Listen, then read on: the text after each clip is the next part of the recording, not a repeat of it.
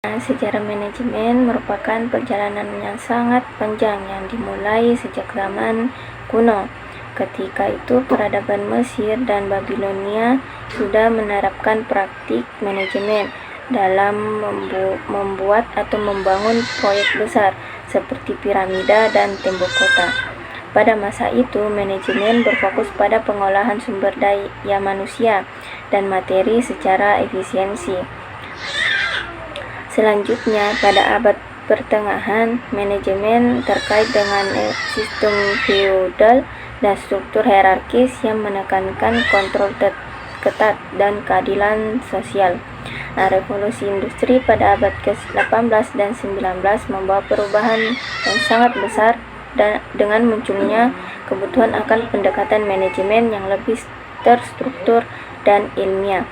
Frederick Taylor menjadi tokoh penting dalam teori manajemen ilmiah yang menekankan efisiensi, standarisasi, dan pengukuran kinerja. Setelah itu berkembanglah pula aliran manajemen yang menyoroti hubungan manusiawi dan aspek sosial dalam organisasi dengan tokoh seperti Mary Parker Follett dan Elton Mayo. Di Indonesia, manajemen berkembang dari masa kolonial hingga masa kemerdekaan dan Orde Baru yang menyesuaikan itu dengan kebutuhan pembangunan nasional dan pengelolaan sumber daya. Manajemen ini sangat penting karena agar tujuan dari organisasi dapat dicapai secara efisien dan efektif. Suatu kegiatan manajemen dikatakan efektif apabila kegiatan manajemen tersebut dapat mencapai tujuan yang telah ditetapkan. Sedangkan tujuan itu dikatakan efisien apabila dalam aktivitas pencapaian tujuan tersebut perusahaan mengeluarkan biaya yang paling minimum. Menurut Mary Parker Follett pada tahun 1997 menyatakan bahwa manajemen itu adalah seni dalam menyelesaikan sesuatu melalui orang lain. Apa sih yang diselesaikan? Yang diselesaikan itu segala sesuatu yang dilakukan dalam rangka pencapaian tujuan tertentu. Tujuannya itu sangat beragam tergantung dari jenis organisasinya. Contohnya, organisasi bisnis. Maka di antara tujuan organisasi bisnis itu adalah meraih profit. Hal-hal yang harus dilakukan oleh organisasi ini dalam rangka meraih profit adalah sesuatu yang harus diselesaikan, seperti kegiatan-kegiatan yang biasanya dilakukan oleh sebuah organisasi bisnis. Di antaranya adalah kegiatan produksi, pemasaran, pengelolaan sumber daya manusia, hingga pengelolaan keuangan. Semua kegiatan-kegiatan tersebut perlu diselesaikan karena pada praktiknya akan menunjang kepada pencapaian tujuan dari organisasi, seperti pencapaian profit. Lalu, mengapa proses penyelesaiannya harus bersama atau melalui orang lain?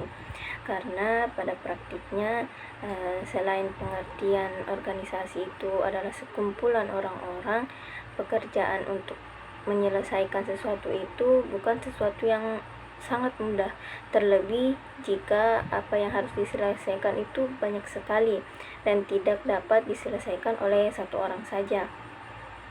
Terus bagaimana cara penyelesaiannya? Proses penyelesaiannya itu dilakukan sesuatu itu memerlukan tahap-tahap. Jangankan organisasi, makan saja kita perlu tahap-tahapan kan. Bagi sebuah organisasi bisnis, tahapan-tahapan tersebut bisa berupa perencanaan, perorganisasian, pelaksanaan, hingga pengawasan dan juga pengendalian. Selanjutnya, fungsi-fungsi manajemen. Serangkaian kegiatan yang dijalankan dalam manajemen ini berdasarkan dengan fungsinya masing-masing dan mengikuti satu tahapan-tahapan tertentu dalam pelaksanaannya. Beberapa pandangan mengenai fungsi manajemen itu, yang pertama menurut Church Theory, fungsi manajemen itu ada planning, organizing, actuating, dan controlling. Lalu menurut James ada planning, organizing, leading, dan controlling. Lalu nikel MC ada planning, organizing, direction, controlling. Yang terakhir ada cons dan optional, ada planning, organizing, staffing, direction, controlling, dan controlling. Sekalipun memiliki pandangan yang berbeda-beda, akan tetapi esensinya sama, yang menyatakan bahwa yang pertama, manajemen terdiri dari berbagai proses yang terdiri dari tahapan-tahapan tertentu yang berfungsi untuk mencapai tujuan organisasi. Lalu yang kedua, setiap tahapan-tahapan itu memiliki keterkaitan yang sama, yang lain dalam pencapaian tujuan organisasinya. Nah, selanjutnya fungsi operasional manajemen. Yang pertama ada manajemen sumber daya manusia, yaitu penerapan manajemen berdasarkan fungsinya untuk memperoleh sumber daya manusia yang terbaik bagi bisnis yang kita jalankan itu, dan bagaimana sumber daya manusia yang terbaik tersebut dapat dipelihara dan tetap bekerja bersama kita dengan kualitas yang pekerjaan yang senantiasa konstan ataupun bertambah, dan MSDM yang diperlukan. Yang kedua ada manajemen produksi. Ini itu berfungsi untuk menghasilkan produk yang sesuai dengan standar yang ditetapkan berdasarkan keinginan konsumen dengan teknik produksi yang seefisien mungkin. Kegiatan produksi pada dasarnya ini merupakan suatu proses bagaimana sumber daya input dapat diubah menjadi output berupa barang atau jasa. Ini mencakup bahan baku, proses penyelesaian yang efisien dan sesuai standar, terus lokasi produksi, layout kegiatan produksi, lokasi penyimpangan hasil produksi. Lalu yang ketiga ada manajemen pemasaran, yaitu kegiatan manajemen yang berdasarkan fungsinya, yang pada intinya berusaha untuk mengidentifikasi apa sesungguhnya yang dibutuhkan oleh konsumen dan bagaimana cara pemenuhannya dapat diwujudkan. Setelah output produk terwujud, maka manajemen pemasaran kemudian juga melakukan kegiatan dalam proses penyampaian produk kepada konsumen, melakukan identifikasi sejenis sablon apa yang diminati oleh konsumen, apakah pebisnis sablon yang memenuhi minat konsumen tersebut, berapa kemampuan daya belinya, lalu bagaimana agar bisnis kita dapat menjawab keinginan dan minat konsumen tersebut, dan bagaimana proses penjualan tersebut sudah dihasilkan tadi. Lalu yang keempat, manajemen keuangan, yaitu kegiatan manajemen berdasarkan fungsinya yang pada intinya berusaha untuk memastikan bahwa kegiatan bisnis kita yang dilakukan mampu mencapai tujuannya secara ekonomis, yaitu diukur berdasarkan profit. Tujuan manajemen ini yaitu merencanakan dari mana pembiayaan bisnis ini diperoleh dan dengan cara bagaimana modal yang telah diperoleh dialokasikan secara tepat dalam kegiatan bisnis yang dijalankan, termasuk dalam kegiatan manajemen keuangan, yaitu bagaimana agar dapat dipastikan hasil alokasi modal yang dipergunakan untuk menjual produk dapat selalu melebihi dari segala biaya yang telah dikeluarkan sebagai sebuah indikator pencapaian profit perusahaan. Dan yang terakhir atau yang kelima yaitu manajemen informasi, yaitu kegiatan manajemen berdasarkan fungsinya yang pada intinya berusaha memastikan bahwa bisnis yang kita jalankan tetap mampu untuk terus bertahan dalam jangka yang sangat panjang. Untuk memastikan itu manajemen informasi bertugas untuk menyediakan seluruh informasi yang terkait dengan kegiatan perusahaan, baik informasi internal maupun informasi eksternal. yang dapat mendorong kegiatan bisnis yang kita jalankan tetap mampu beradaptasi dengan perubahan yang terjadi di masyarakat. Lalu penggunaan teknologi informasi itu diantaranya ada komputer, televisi, radio yang mempermudah manajemen informasi dalam hal perencanaan, pengerjaan, dan penyediaan informasi bisnis yang diperlukan dari waktu ke waktu. Selanjutnya unsur-unsur manajemen. Yang pertama yaitu manusia atau sumber daya manusianya. Yang kedua money atau uang atau modal dari usaha yang akan kita buat. Terus material yaitu bahan baku yang akan diolah menjadi produk jadi yang akan dijual. Terus mesin yaitu alat yang digunakan untuk mengolah bahan baku.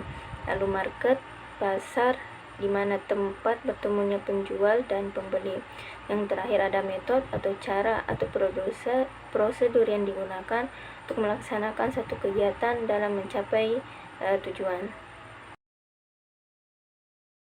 Pertama, keterampilan konseptual, yaitu kemampuan untuk berpikir, membentuk ide dalam situasi tidak tertentu, melihat organisasi secara keseluruhan dan hubungan antar divisi, serta melihat posisi organisasi dalam luas lingkungannya.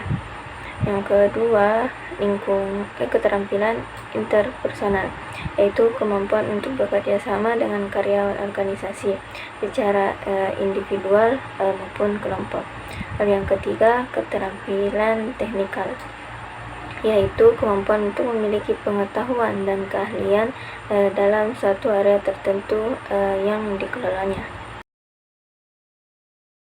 Tingkatan manajemen itu ada 3.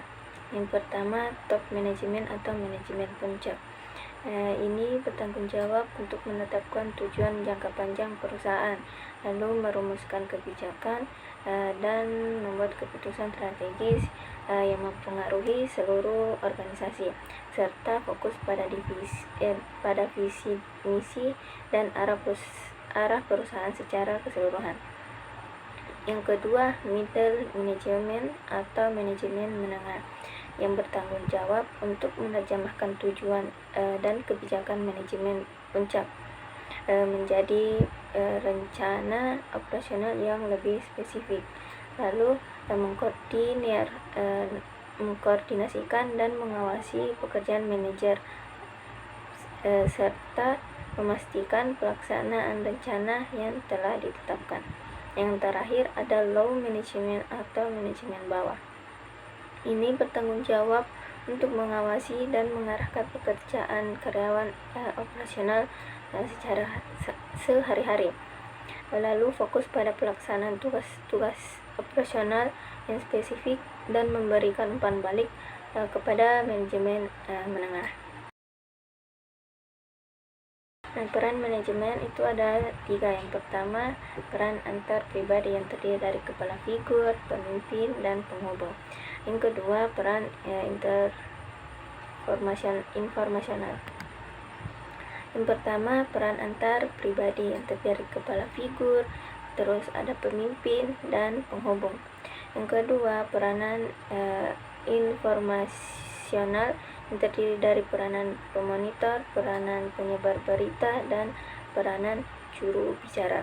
Yang ketiga, ada peranan pengambilan keputusan yang terdiri dari peranan wirausaha, peranan penanganan gangguan, dan peranan pengalokasian sumber daya, serta peranan penengah. A'udzu billahi minasyaitonir rajim. Bismillahirrahmanirrahim. Ya ayyuhalladzina amanu taqullaha wal tanzur nafsum ma qaddamat lighadin wattaqullaha innallaha khabirum bima ta'malun.